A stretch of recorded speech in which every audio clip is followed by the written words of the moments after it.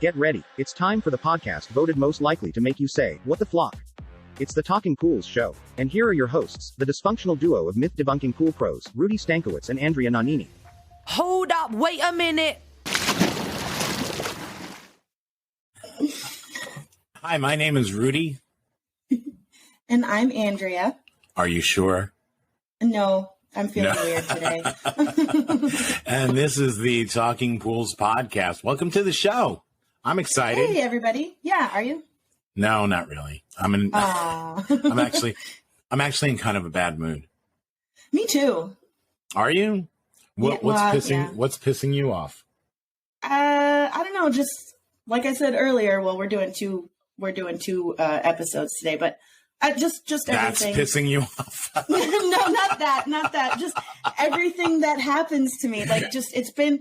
You have one of those days where like you wake up irritated, and then just all kinds of irritating stuff happens to you, and then you try your best not to be irritated about it because it's just little things, and you know you're going overboard, or at least like maybe kind of blowing things out of proportion a little bit in your own mind. I'm not talking about blowing up on the lady for giving you the wrong donut or something like that. Just, the earphone issue that I'm having, just my actual phone issue that I'm having.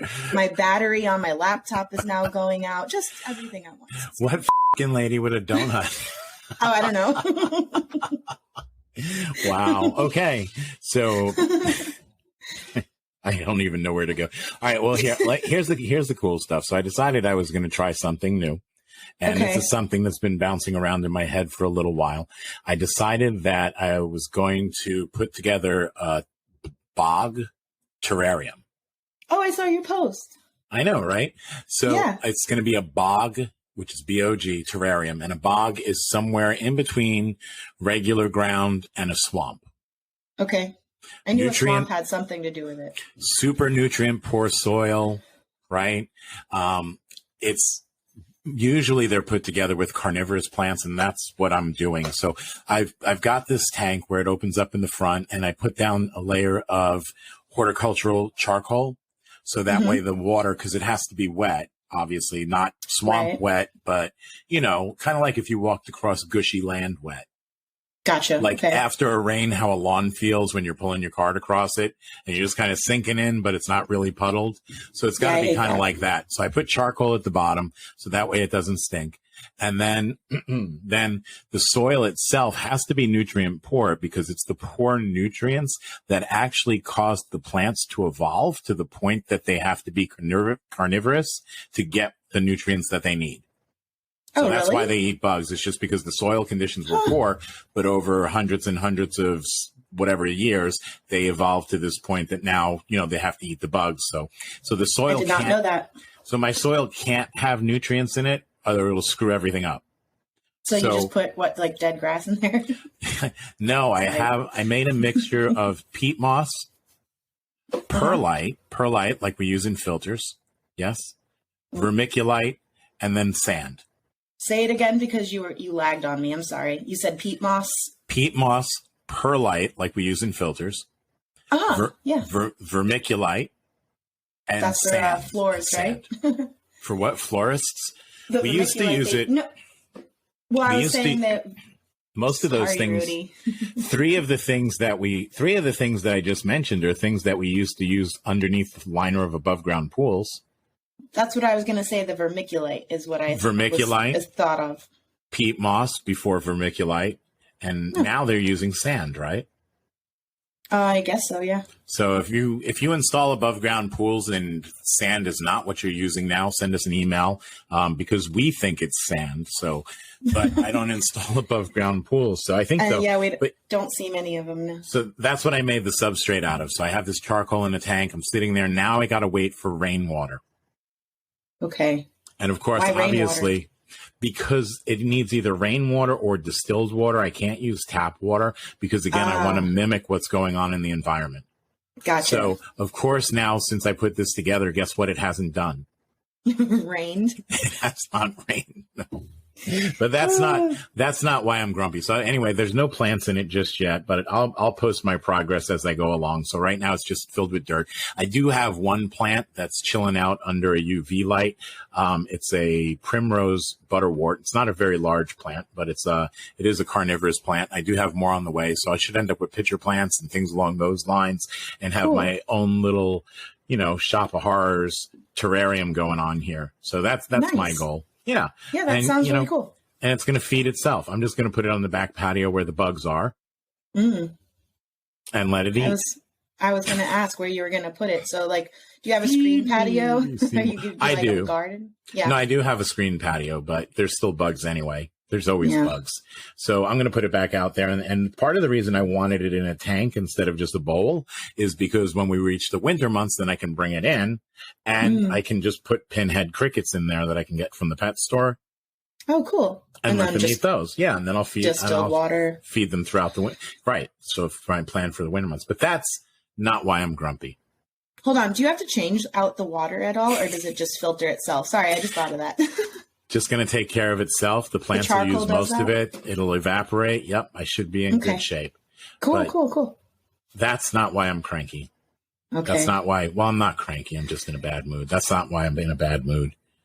I'm in a bad mood because the bleeding never stops with this shortage shit. Oh, God. It's aggravating as fuck, isn't it? I mean, seriously. Yeah, it is. There is nothing that we have. Yeah, I mean, we talked about it before, and I had gone through not being able to get acid. So I had to buy sulfuric acid, and that was just terrible for me. I hated it.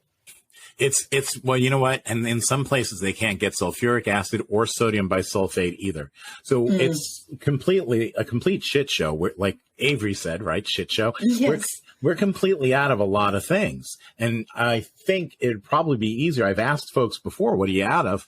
But maybe I should just ask people what they have. It'd be a shorter list. Yeah, I mean, I keep seeing people posting signs from their distributors of just, we're out of this, we're out of this, we're out of this. And it's basically, you could stick your finger on a map and they would be out of something, and if this person's out of this, the next person's out of acid, they're out of chlorine. It's a mess. It really is. But that's why I wanted to talk about it. And I don't want to talk about the shortage, really. That's not what this one's going to be about. I want to talk about ways to make your current chlorine supply last longer. Okay. We already spoke a couple of weeks back about UV and ozone, right? We spoke about saltwater systems so people could, install a salt cell and then that way the pool owner would create their own chlorine from the salt, right? Yep. So, and if you are a pool owner listening and you did not know that your saltwater pool is a chlorine pool, surprise, you're a chlorine manufacturer, because that's what they really are. Yeah. They're manufacturing chlorine in their backyard. So really what the key things come down to, a couple of basics, right? We need some good housekeeping to go on. The yard has to be in good shape. If you have a screwed up yard, your pool's going to consume more chlorine. What I want is everybody to be able to maintain a chlorine level of 1 part per million throughout the rest of the year, instead of the 3 to 5 parts per million that people normally carry. If we can go at 1 part per million instead of 5 parts per million, that means the chlorine that you have will last 5 times longer. Yes, I see. And that might be enough to get you through. Because where's the light at the end of this tunnel, Andrea? I don't know. It could. They're telling us it's in April of 22. April of 22. So pretty much a year from now, right? I mean, the folks up north, they're kind of lucky. They're going to close their pool down Labor Day as normal. So even though it's still a few months that we have to get through this, but the folks down south, we're going to be open straight through. So April of 2022. And guess what? It's not going to be like a light switch. Right. It's going to be. It's not like all of a sudden the market's going to be flooded with chlorine tablets. These things are going to start to be delivered, but it's going to be a process. So I would guess that we're probably going to have a lot of hiccups throughout 2022 as well. And maybe by the end of that season, fingers crossed, things are running smooth again.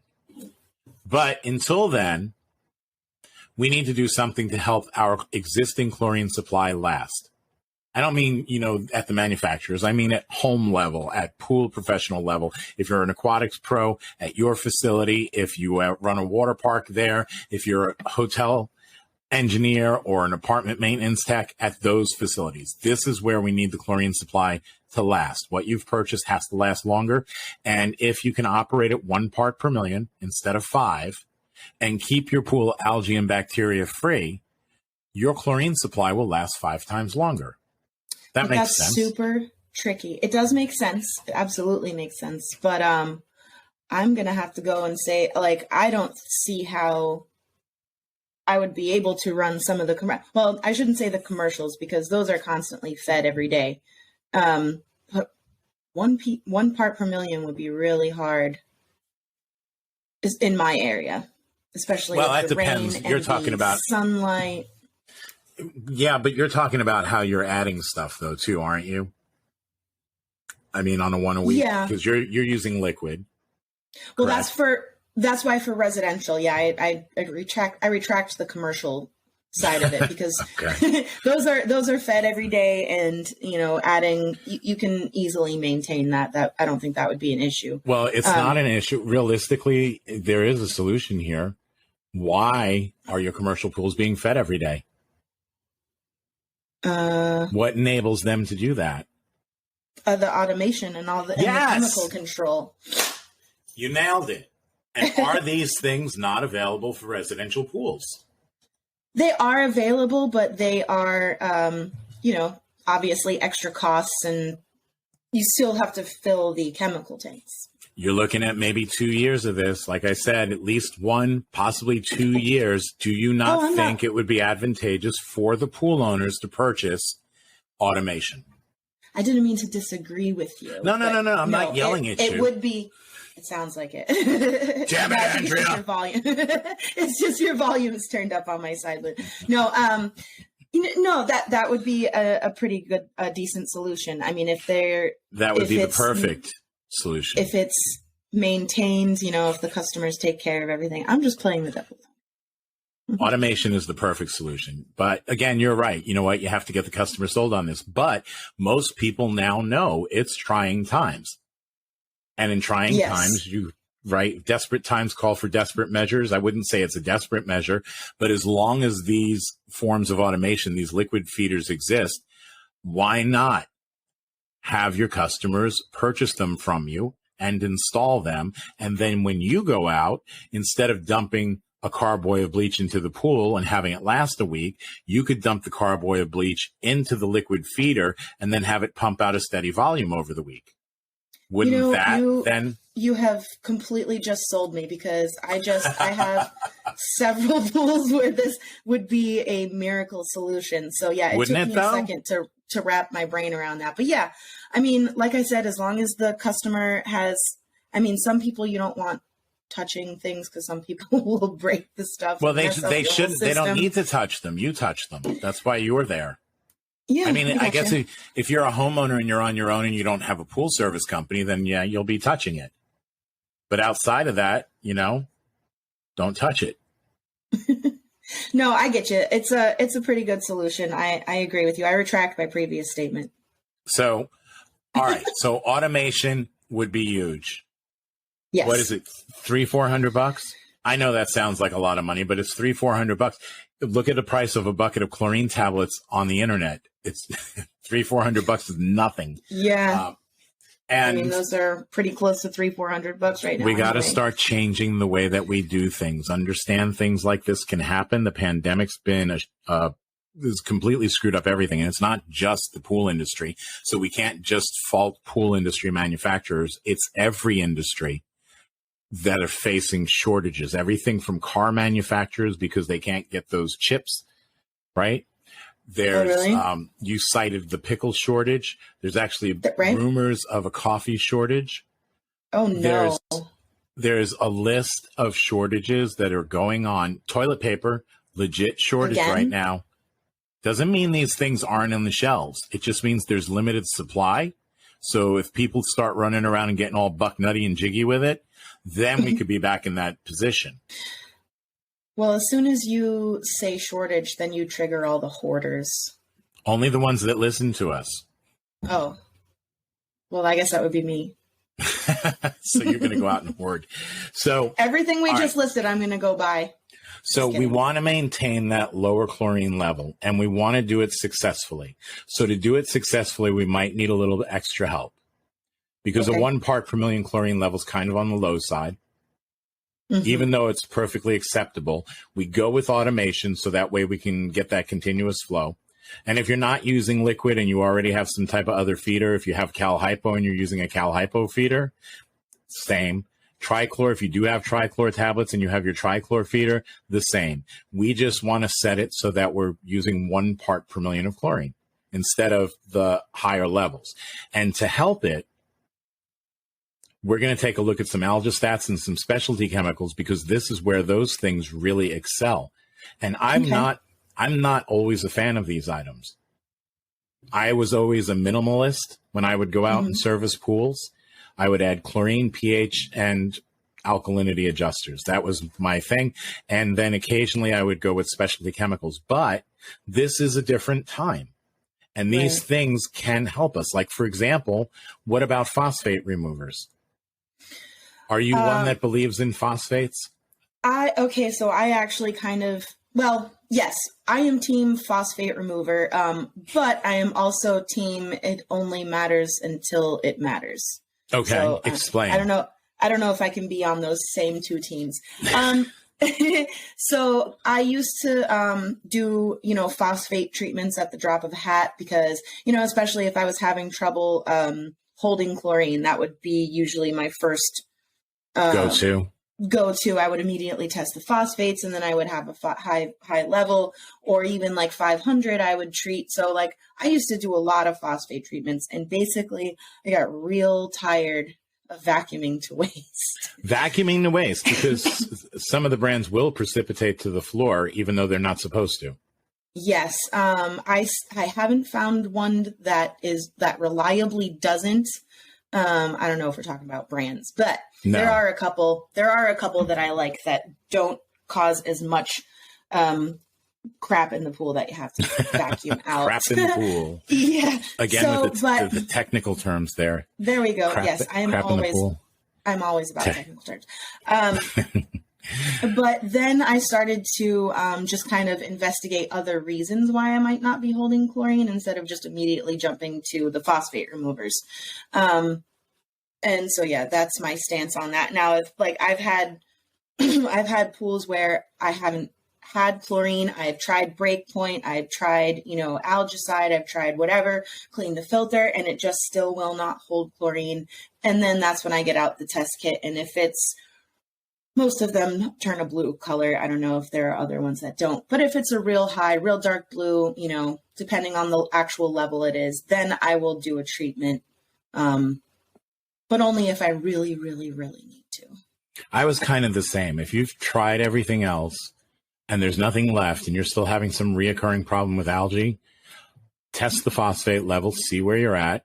If it's over 100 parts per billion, remove the phosphates. There you go, as 100. I couldn't think of the number. The same thing if you have a salt cell, because a salt cell, phosphates naturally coat things. So a level above 100 parts per million can actually make it harder to produce chlorine. Mm-hmm. So in that scenario, I would treat also. Now, I'm older, from the 70s. Okay. So anyway, there was no phosphate removers. People never even said the word phosphate related to swimming pools the first 10 years I was in the industry. That's a favorite argument of the team phosphates don't matter people, is that they've been doing it for 67 years apparently and have never used phosphate remover. 67 years. Well, and that's the thing. They haven't, and they've been doing fine. But this is what I want to say. Whether you are on team phosphates or team, what did you call it? Not phosphate remover? Whatever. Team phosphates don't matter. No matter what your stance is this year, get the phosphates out of the water, because it will enable you to use a lower chlorine level. If for no other reason, if you're above 100 parts per billion, go out, get yourself some phosphate remover, add it to the pool, get that level below 100 parts per billion. It will help you to use less chlorine. Gotcha. You know, you could always look into using enzymes on a regular basis, too. You can add those once a week. The cool thing about enzymes is they take care of the people gack. I mean, more than that, too, but the body oils, the lotion, things in perspiration, all of that gunk that usually gives you that black ring on the tile, otherwise floating in the water as well, keeping chlorine occupied when we really just need it to sanitize and disinfect to keep bacteria and algae out of the water. The cool thing about the enzymes is once it grabs this GAC particle, it forms a substrate, then goes through a process, and it frees itself out to go hunt down more people GAC. What else? What do you think? What about borates? Have you heard much about borates? I've heard a lot about borates. I have unfortunately not had the chance to use them, so I have no experience. You're not a borate user. Okay, but that's fine. You work for somebody. You can only put in pools what they let you put in pools. Yes, and I can only buy what the owner wants to buy. So right. So that's understandable. So borates, the main reason we use borates in pools is to buffer the pH against an upward drift. What happens when you put it in the water is it creates a buffer. So essentially things that are in the water that would cause the pH to go up, the borate in the water changes it into something else that doesn't drive the pH upward. That's the main reason we use it. But a borate level also serves as an algistat. Can you explain to me? Oh, you were just about to. I'm sorry. What an algistat is? Well, the difference between algistat and algaecide, because I don't really know. Andrea has just asked Rudy to explain the difference between an algaestat and an algaecide.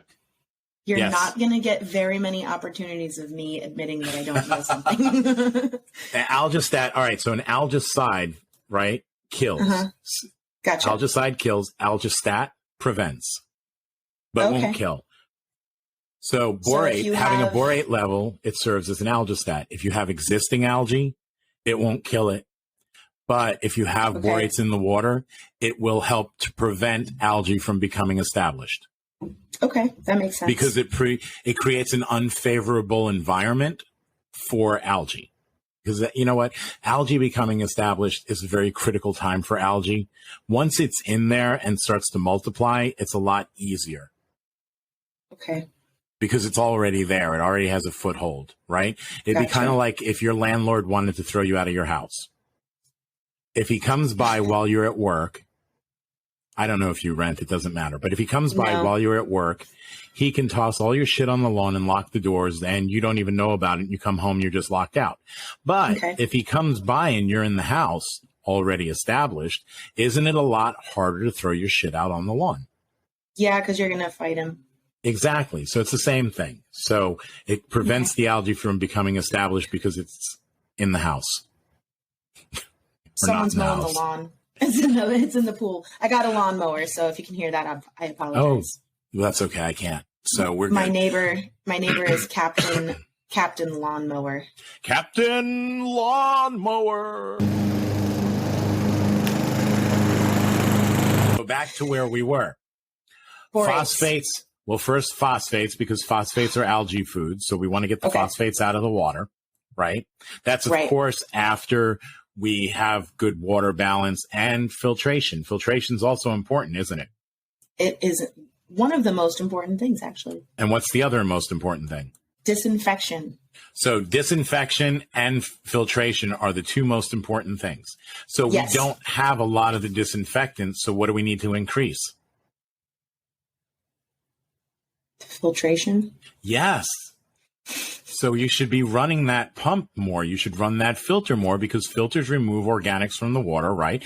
Chlorine, when it's in the water, it tries to sanitize and disinfect all of that stuff. And what happens to chlorine when it sanitizes and disinfects things? It uses itself up. Absolutely correct. So if there's less crap in the pool to disinfect and sanitize, doesn't it make sense that it will last longer? It does make sense, yes. See? What about cyanuric acid? You can keep it at a lower level, and so then you can have more, the chlorine can come in contact with any contaminants instead of being held up by the cyanuric acid. So what Andrea's saying is basically you want to have enough in there to reduce degradation by UV. From the sun, right? From the sun's rays. But you don't want to have so much in there that it slows down how the chlorine works. Okay. What about some algaecides? Wouldn't that help us to keep algae out of the pool? Or algaestats, we've talked about those. Yeah, algaecides, for sure. Copper sulfate. Copper? Yeah, why not? Copper sulfate can be used both as a algaestat and an algaecide, right? It can prevent algae, can't it? It can. I've used it before. It comes labeled as 90-day algaecide a lot of the time. Well, from where I purchase it from anyway. But every time I've used it, it has turned everything white, a slight blue color. Slightly blue. So that would be, well, there's always that possibility. It's an overdose. So every time you use it, you put too much in. Is that what you're saying? It's a possibility. You just said I'm not going to deny that. You did say it was from an overdose. I said, is it? I thought you diagnosed it yourself and were just admitting to everybody. Yeah, I just put too much of that shit in and it turned everything blue. I just dump in some copper and I just let. Well, after your foam party the other day. Listen, that grout had deteriorated. There's no grout in that pool, and I think all my soap stuck in the grout line, and that's what happened. So anyway, copper sulfate, 1-2 punch. All metals will lyse bacteria, which means that it disrupts the cell membrane. So basically it causes the cells to spill their guts. But we're usually not permitted to get a high enough metal level in the water to actually kill everything. So we kill a little bit of it, right? If there's algae present. It's good for an algaestat, but otherwise, if we're looking to kill, we can't add enough to be a lethal dose for the algae because the EPA drinking water standards are at a certain point. Plus, then we do have that possibility of staining, just in case you just dump a lot in without measuring it. Which is definitely not what I did. So with that, copper, the maximum acceptable level for copper is 1 part per million. You can't exceed that. And that is I'm sorry. The standard for drinking water is lower 1.3. 1.3 parts per million. It's actually a hair higher, but we stick to 1 part per million. So 1 part per million is the max level of copper. And what you get when you put copper in, it's kind of a 1-2 punch. Like I said, all heavy metals lyse bacteria and algae cells. In fact, all except for one. The only one that doesn't is stainless steel. So when you add the copper sulfate, it will lyse algae cells that are there, but not all of them because we can't put in enough to kill everything. Okay. But algae needs copper to produce chloroplast so it can make that chlorophyll to perform photosynthesis. So it readily takes it in. But if it takes in too much, kind of, sort of, but if it takes in too much, the copper starts to interrupt the Calvin cycle, which is the method in which photosynthesis occurs. So it interferes with that process. We're making it so that it can't digest its food pretty much. So silver, same thing. Maximum acceptable amount of silver you're allowed to have. Do you know? It's very I do low. not know. It's 0.1. Oh, wow. 0.1 parts per million. So any of these things that you add, whether it's the borates, the copper, or the silver, you should also make sure that you own a test kit, because you should own a test kit for everything you put into that pool that a test kit exists for. Yes, I agree. Because we have maximum acceptable levels on these, right? Borates at 50 parts per million max, copper at 1 part per million, silver at 0.1. You need to be able to test that and make sure you don't exceed those levels. Now, phosphate removers you'll add as needed. Borates never degrades. You don't have to add more. It's one and done. You may have to top it off a little bit every now and then because you lose water and replace it when you backwash or from people splashing. But otherwise, it's pretty much one and done. So the initial expense, and then it's just tweaking it as you go. And then just kind of like cyanuric acid. Exactly. Silver and copper, like Andrea said, you see them where it says 90 days or more. Some of them say 6 months or more. You will eventually need to top those off for the same reasons. It's a very, very low level that you're putting in there, that 1 part per million or that 0.1 part per million. So when you backwash or replace water, even if it's just a little bit at a time, you get rid of that silver or copper level. At least it gets much, much lower. And then you get to a point where you need to add more. So those are all acceptable methods of preventing algae, and a couple of them that will kill it as well. What about the my favorite word to say ever, polyquats? Polyquats, how do those work? I actually don't know. I just know that they work very well, and I like using them. Except it smells. Tell me how polyquats work. We I don't want know, you right? to tell me how polyquats work. Polyquats actually smother the algae cells and then cause them to implode. They they squish the shit out of it. I see. It is a heavy, gooey, viscous liquid, so that makes sense. Viscous. Yes. Very cool. All right. So yes, it is a heavy, gooey, viscous, but it's the negative charge of the well, that's actually it's the positive charge of the polymers is what does the trick. So you add these things on a weekly basis. It's usually added as a preventative in small amounts, but because the polymers have a positive charge, algae cells have a negative charge. The polymers are drawn in and they surround the algae cells and they kind of squash it. They cause it to implode. Guess what? All of this is in my book. I know you have a copy. I don't know if you've read it yet, but I know you have a copy. How to Get Rid of Swimming Pool Algae. It's available on Amazon.com. And I also talk about it in my class. It's poolclass.teachable.com. There we have the Algae Eradication and Prevention Specialist Certification course. It's the only focused course in the industry. I think it's the only course on algae in the industry, but I talk about all of this and then in a lot greater detail and a whole lot more. So check it out there. You're also going to want to keep in mind that we don't want to necessarily use polyquats as a preventative in a swimming pool, at least not now. Polyquats are quaternary ammonium compounds, so there is ammonia in that, which will create chloramines, which is great if you have a high cyanuric acid level, because, again, chloramines not bound to cyanuric acid, but you're going to use a lot more chlorine because of it. It's going to burn it off more rapidly because you don't get that UV protection.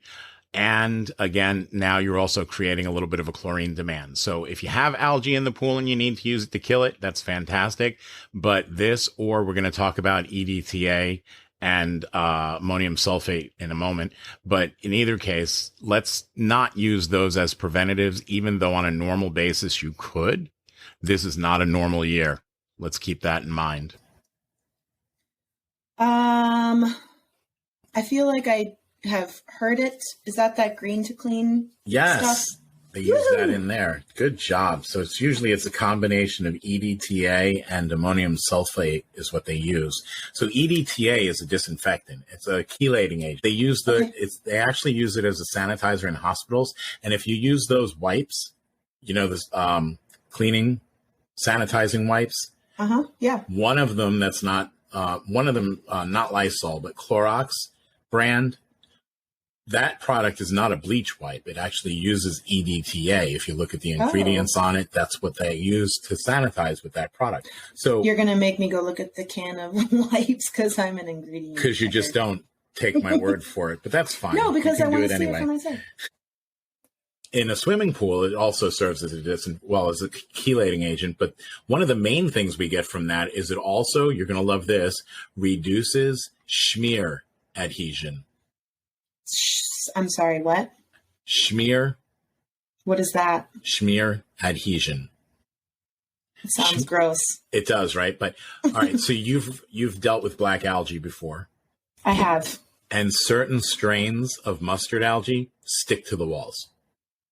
Gotcha. Yes, I have experienced that. Okay. Smear adhesion is what gives both of those things the ability to stick. That makes sense. Mm-hmm. So by reducing, I thank you. By reducing smear adhesion, if we're using it periodically, you could add a little bit as an algistat if you want. It's not going to stay in the water. It's just going to be one and done, and then you're going to have to add more if you go that route. But it will help to prevent algae from becoming established. The main thing we use it for is to kill algae when it's present, in which case what it does is it causes a lot of it to release from the pool floor and wall. Okay. So that's what we get from reducing schmear adhesion. The other thing that we get out of that product is the ammonium sulfate. And what happens when we add ammonium sulfate to water? I'm still laughing at schmear adhesion because it doesn't sound like that is a technical term at all. That's the scientific word is schmear. Okay. Schmear. Okay. So what else with the ammonium sulfate part of that, when you add that to the water, what happens is it forms monochloramine. Okay. And we want it to in a normal year when we're treating algae. Well, one, monochloramine has no attraction to cyanuric acid whatsoever, so it completely separates from it and stays away from it. So you have all of the chlorine now working. Even though it's not as strong, monochloramine is still a very effective algaecide. Okay. It's actually what your water treatment centers, if you get city water, what water treatment centers use to chlorinate water is monochloramine, the majority. So I have tested my tap water with my pool test kit before. Of course you have. And because you're Andrea. I am a dork. So I've done it with strips and with my blue box reagent kit. And I got a 1 part per million reading on the Taylor kit, and then I got a slightly different reading on the strips. And then I actually Googled my water treatment report, from the city or whatever. Right. And that's what they use to treat the water. There you go. And most facilities throughout the United States use monochloramine to chlorinate the water. So it's not a bad thing that we're creating it. We're using it to get rid of the algae.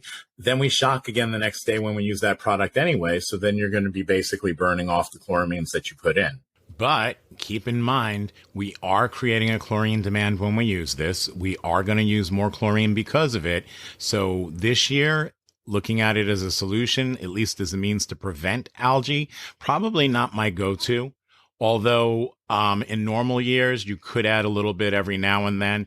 But right now, let's stay away from the chloramines because, again, it's going to cause us to use a lot more chlorine. And that's exactly the opposite of what we're trying to do. So that's more so to kill it. Yes? Then you have things. So we already talked about your polyquats. We did. Because that's your favorite word, although schmear might be replacing that. It could. I'm going to have to find more places to use that. So next time you go into the bagel shop, order a bagel and a schmear. I don't want that. It's just cream cheese. Oh, an everything bagel with a schmear of low-fat cream cheese sounds delightful. I thought it was the salmon. No, that's lox. That's lox. Okay. Right. I've never had that. Is it good? I love it. Really? When I was up in New York, every time I go up there, I have to go to a delicatessen and get Nova Lox on a bagel. What's the texture like? Is it like a paste or is it like a real thin fillet of what is it? It's hard to explain. It's not like a paste. So is it like if you go to the deli and you get a slice of pepperoni or something like that, like a salami slice, but salmon? Okay. So it's softer than salami. Okay, but not like. But it's not like a paste that you actually schmear, because that's what Okay. That would be goodness. Andrea. That's just ridiculous. That's it. I'm done with this one. So this has been once again. Andrea has driven me to the point where I'm completely finished with the show, and I have to leave and get away from her. So. My name is Rudy. This has been our episode on algistats and how you can make the chlorine last longer in your water. And I'm gone. Goodbye. I'm sorry. I'm Andrea, and I am hilarious.